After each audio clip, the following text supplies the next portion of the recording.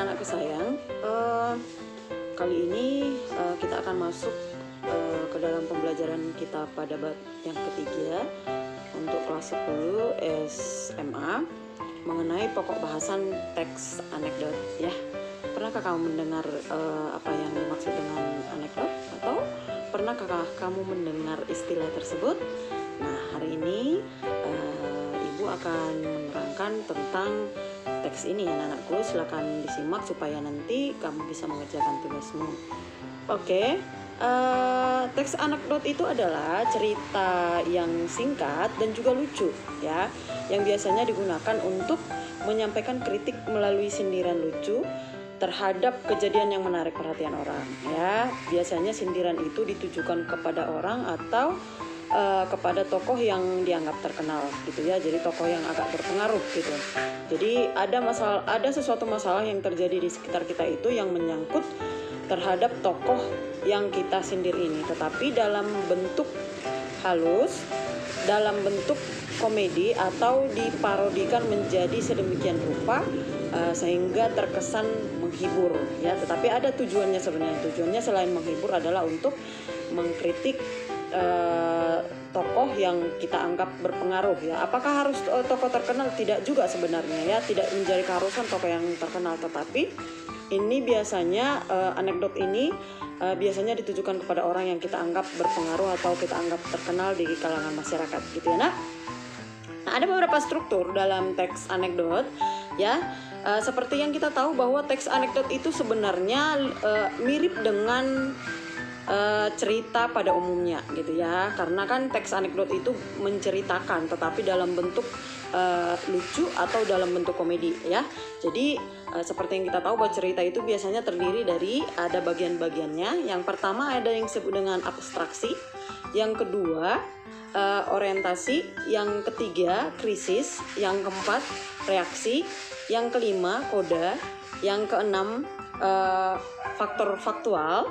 Terus yang ketujuh ada alur real, yang kedelapan adalah pastinya memuat latar waktu, tempat, dan suasana ya. Jadi kita bahas satu-satu ya anakku. Abstraksi itu apa yang dimaksud dengan abstraksi? Nah, abstraksi ini merupakan pembuka atau gambaran yang akan kita bahas dalam cerita itu. Jadi kayak gambaran apa yang mau saya ceritakan dalam teks anekdot ini gitu. Jadi di bagian abstraksi itulah gambarannya gitu, pengenalannya.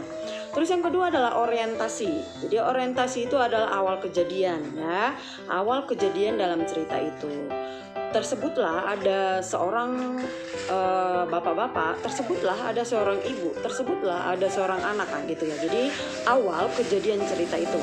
Terus yang ketiga adalah krisis. Di krisis ini kita sudah menemukan masalahnya ya. Jadi di krisis, kata krisis itu berarti ada sesuatu, something wrong, ada sesuatu kejadian gitu ya. Jadi di situ kita sudah menemukan masalahnya.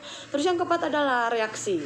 Jadi di reaksi ini adalah kita mencoba menyelesaikan permasalahan yang sudah kita temukan dalam teks yang kita baca mulai dari awal gitu ya, dalam teks anekdot tersebut. Jadi kita mencoba menyelesaikan masalah tersebut. Jadi reaksi kita terhadap krisis atau terhadap kejadian yang sudah dibahas dalam cerita teks anekdot tersebut. Terus yang selanjutnya adalah koda. Jadi koda ini adalah bagian akhir dari cerita ya. Jadi kalau bagian akhir dalam cerita ini biasanya bisa berupa kesimpulan atau bisa berupa pandangan terhadap kejadian tersebut yang diceritakan tersebut. Terus yang keenam adalah tokoh faktual. Jadi tokoh faktual ini adalah tokoh yang biasanya ada namanya. Jadi tokoh yang kita parodikan itu, tokoh yang kita sindir itu ada namanya dan biasanya orang tahu kejadian itu gitu. Jadi tokohnya itu harus faktual. Ada tokoh yang populer, tapi ada juga tokoh yang terkenal gitu ya. Jadi populer gitu. Jadi tokoh yang memiliki nama, misalnya Pak Raden atau Nurkomah atau Pak Kim dan lain sebagainya. Atau misalnya Saiki atau misalnya presiden dan lain sebagainya gitu ya.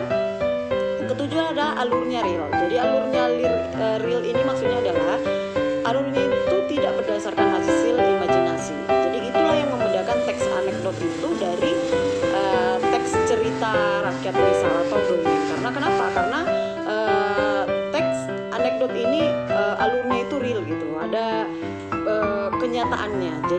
berdasarkan imajinasi. Kalau teks cerita rakyat misalnya kan dia berdasarkan hasil imajinasi yang kadang ada kemustahilan terdapat di dalamnya. Sedangkan dalam teks anekdot ini ya real, dia kenyataan gitu ya. Terus yang kedelapan adalah memuat latar waktu, tempat dan suasana. Jadi ada diceritakan di dalam teks itu mengenai latar tempatnya di mana, latar waktunya kapan, terus suasananya bagaimana, apakah mencekam, apakah lucu, apakah menghibur, apakah hiruk pikuk, apakah sepi dan lain sebagainya gitu ya. Nah, terus ada beberapa ciri-ciri kebahasaan dalam teks anekdot ya. Yang pertama itu adalah menggunakan kalimat yang bersifat retoris ya, menggunakan kalimat yang bersifat retoris. Apa yang dimaksud dengan retoris? Kamu pasti sudah tahu apa yang dimaksud dengan retoris ya. Nah, jadi retoris itu maksudnya adalah pertanyaan yang tidak perlu kita jawab gitu ya. Ada sesuatu pertanyaan yang tidak perlu kita jawab gitu ya. Yang seperti kita tahu kan pertanyaan pasti ada jawabannya. Tapi kalau kalimat retoris itu adalah pertanyaan yang tidak perlu kita jawab gitu ya. Karena semua misal sudah tahu apa jawabannya. Terus yang kedua adalah menggunakan konjungsi atau kata penghubung ya. Menggunakan konjungsi dan kata penghubung untuk menyatukan satu alur cerita sebelumnya dengan cerita selanjutnya gitu ya. Dan itu menyatakan hubungan waktu atau terkadang sebab akibat. Jadi konjungsi ini bisa menggunakan jadi menjelaskan tentang hubungan waktu atau hubungan sebab akibat gitu ya. Terus yang selanjutnya adalah menggunakan kata kerja aksi ya. Menggunakan kata kerja aksi maksudnya itu berarti menggunakan kata verba. Misalnya membaca, berjalan, tertawa, terdiam, menangis dan lain-lain. Jadi dia ada di situ kata kerja yang sedang dilakukan gitu ya. Jadi contohnya tadi sudah Inong bilang ada kata membaca, berjalan, tertawa, terdiam, menangis dan lain sebagainya. Terus yang selanjutnya adalah ditulis secara kronologis atau berurutan. Jadi kronologis ini berurutan. Mulai tadi kan sudah Inong bilang ada abstraksi, keorientasi, terus ke krisis, ke reaksi, baru masuk ke koda. Jadi itu kronologis, dia berurutan 1, 2, 3. Jadi tidak melompat-lompat gitu. Terus yang selanjutnya adalah menggunakan kalimat perintah atau imperatif. Jadi biasanya di situ secara tersirat kita disuruh atau dilakukan untuk melakukan sesuatu gitu terhadap kejadian itu. Atau misalnya kita disuruh untuk memberikan tanggapan terhadap kejadian itu. Bagaimana menurutmu kalau misalnya tokoh ini seperti ini gitu. Jadi dia berusaha menyindir dan berusaha juga untuk memberikan perintah kepada kita, memberikan tanggapan kita terhadap kejadian itu. Gitu ya. Terus selanjutnya adalah yang terakhir, menggunakan kalimat yang menunjukkan peristiwa di masa lalu. Jadi biasanya kalau teks anekdot itu adalah menceritakan tentang kejadian yang sudah lampau ya. Jadi tidak lagi terjadi sekarang gitu. Jadi biasanya itu adalah kejadian yang sudah lampau dan diceritakan sekarang dalam bentuk komedi gitu ya. Nah, ada beberapa ciri-ciri teks anekdot secara umum ya. Yang pertama adalah pastinya melibatkan partisipan. Jadi partisipan ini maksudnya adalah tokoh yang menjadi objek dalam cerita itu ya. Jadi objek dalam bahan cerita itu ada, itu yang dimaksud dengan partisipan. Terus yang kedua, memuat unsur lucu ya. Jadi harus lucu. Kalau teks anekdot nggak lucu maka itu bukan teks anekdot namanya. Jadi kalau teks anekdot itu harus lucu, memuat unsur lucu ya. Jadi yang sifatnya itu menghibur gitu. Terus selanjutnya adalah yang ketiga, bentuknya itu sindiran ya. Jadi isinya itu sebenarnya sindiran, menyentil gitu ya.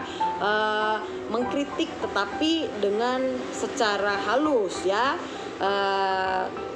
terhadap kondisi dan situasi yang terjadi di sekeliling kita. Jadi kita berusaha mengkritik tidak secara kasar gitu, tapi kita mengkritik secara halus dengan membuatnya menjadi lucu gitu ya. Terus yang selanjutnya adalah bersifat menggelitik ya. Jadi bersifat menggelitik ini maksudnya itu adalah membuat kita merasa geli gitu ya, merasa geli atau menjadi gemas atau menjadi lucu emosi gitu. Jadi dia menggelitik dia.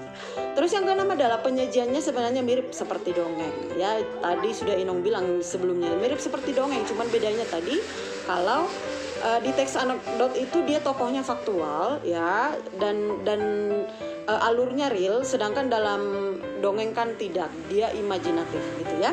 Tetapi bentuknya seperti sama karena bentuknya sama-sama menceritakan gitu ya, mengkisahkan gitu. Terus yang ketujuh adalah diceritakan secara realistik ya. Jadi penyampaian mengutamakan logika dan ditulis secara realistis ya. Jadi penulisannya itu secara logika, berdasarkan logika kita dan dibuat sedemikian rupa sehingga nampak realistis dia gitu. Terus yang kedelapan adalah bisa mengenai orang-orang penting, tetapi tidak menjadi keharusan sih sebenarnya. Teks yang kita buat itu menjadi menceritakan tentang tokoh-tokoh penting, bisa juga tokoh-tokoh yang tidak terlalu penting tapi agak berpengaruh misalnya di sekeliling kita gitu ya. Jadi itu menjadi sentilan atau menjadi sindiran kepada orang tersebut.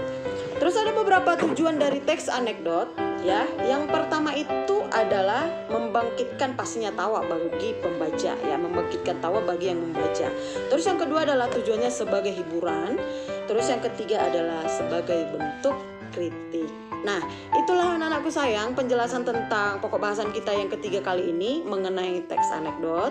Inung berharap sekali kamu dapat menyimak yang Inung jelaskan sehingga kamu dapat mengerjakan tugas nanti yang akan Inung buat. Jadi tugasmu adalah silahkan kamu buat teks anekdot yang kamu tulis sendiri berdasarkan yang sudah Inung jelaskan tadi. Jadi dalam teks anekdot yang kamu buat itu nanti nampak di situ ada mulai dari abstraksinya, ke bagian orientasinya, masuk ke bagian krisis, ke reaksi, dan masuk ke bagian koda. Terus ingat juga harus ada faktor faktualnya, harus ada tokohnya, terus alurnya harus real, semua seperti yang Inong tadi ya. Jadi harus ditulis secara kronologis. Jadi itu tugasmu nak, silakan kamu kerjakan dan hasilnya nanti bisa kita lihat setelah kamu kirimkan tugasnya kepada Inong. Inong berharap kamu sehat-sehat saja nak, tetap berada dalam lindungan Tuhan, patuhi tetap prokes ya supaya corona ini cepat berlalu dari bumi kita. Kita memang harus saling bahu-membahu untuk menyelesaikan masalah ini gitu ya. Jadi masalahnya tidak boleh hanya diselesaikan oleh pemerintah saja, kamu juga harus berperan serta dengan mematuhi prokes, itu aja ya. Terus tetap berdoa lah pastinya. Oke? Sampai di sini dulu anak-anakku sayang, jangan lupa subscribe, like, komen, dan share ya. Inong berharap dukungan dari kamu supaya Inong bersemangat untuk membuat video-video selanjutnya. Terima kasih, Tuhan memberkati. Horas.